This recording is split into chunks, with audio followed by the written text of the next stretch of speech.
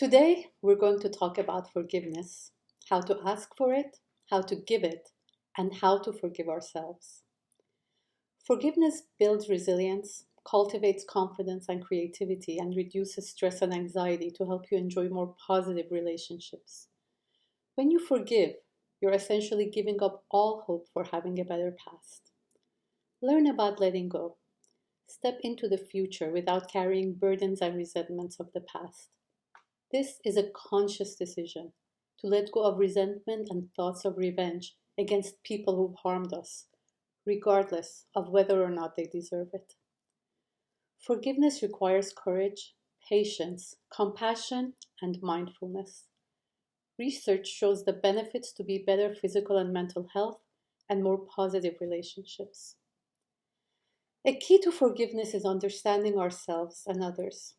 The way forgiveness happens is that we let go of the blame and we open to the pain connected to the incident or the person. Usually we tend to push away the pain. To forgive, we need to open gently to the pain. With mindfulness, we can open the pain, hold it with courage, then release it. There are three types of forgiveness practices: forgiving ourselves for whatever we've done or what we blame ourselves for, forgiving others for what they've done to us, asking for forgiveness for what we might have done to someone else. First, I'll talk about forgiving ourselves. We all have unlovable parts of ourselves. We've all done things we feel are unforgivable. We feel pain and shame. Generally, there are a couple of reasons why we can't forgive ourselves. One is that we feel we're letting ourselves off the hook. The other is feeling we will never improve. It's actually in the forgiving that improvement occurs. Negative self-judgment is an obstacle. The more we can forgive ourselves, the less self-judgment, and we can improve from a more loving place. We have to tell ourselves that it's okay not to be good all the time. Self-forgiveness is a process which requires alacrity, as in, it's time to let go, self-understanding, willingness to feel the pain, making amends to ourselves, and recognition of our shared humanity. Learn to accept the part of ourselves that's imperfect. So in forgiving ourselves, we first have to see if we're willing, then see if we can hold the pain and the shame and bring kindness and compassion to it. We don't want to power through it. It's done a tiny bit at a time. Then we have to understand ourselves. Who was I at that time? Most of us did something to survive at that time.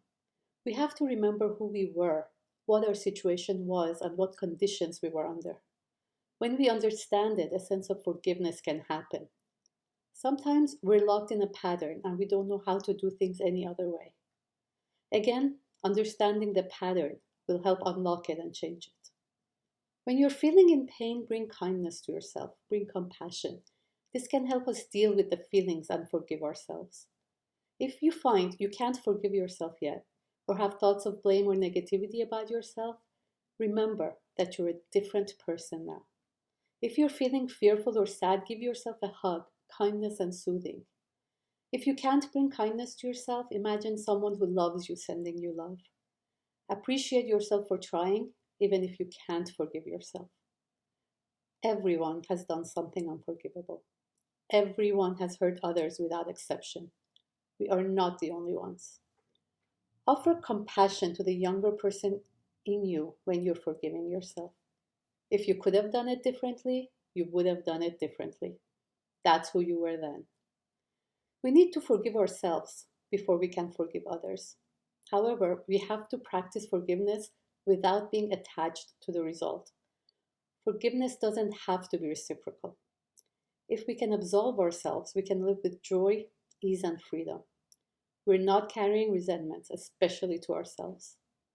Forgiveness is a process and it can take a long time. Forgiving ourselves is the most difficult because we tend to carry a lot of blame. Just take it little by little. Forgiving others for what they've done. Forgiving and forgetting are two different things. Forgiving is not forgetting. It is not a weakness. It's a sign of power, strength, openness, and depth of your heart. We don't have to make contact with the other person when forgiving them. Setting up boundaries after forgiveness is important. We don't want to be in the same situation again. We carry the hurt and pain inside us when we've been hurt. When we forgive, we let go of the pain. We have to learn to release, to free our heavy heart. To forgive, separate the person from the action. Love the sinner, hate the sin, as they say. The other person doesn't need to know you're forgiving them. This is inside us. And remember, when we forgive others, it doesn't mean we condone their actions. Tools for forgiveness are look at what might be our part in the incident. This doesn't always apply, especially if we were very young. Ask, did I expect too much? Connect to the ways this person might have been suffering. What happened may not be necessarily about us. This could lead to understanding and forgiveness. Gratitude. Even though they hurt us, look to see if we're grateful to them. Ask yourself, what kind of mind do I want to have? Constricted, in pain, or more at ease? Also, we can journal, talk to a friend, or seek therapy. As we practice forgiveness to the other person, it's important to touch the pain, feel the injustice. It could be a small amount of feeling. Feel compassion for yourself because sometimes we're angry at ourselves for not reacting. Forgiving someone may take a very long time. There's no hurry. You can forgive a person without telling them you're forgiving them. It's not always a good idea to talk to the person you're forgiving. And remember, you don't always have to forgive. If something is fundamentally horrible, it might not be possible. Sometimes you have to walk away. Forgive as much as you can in your heart to take the heaviness away.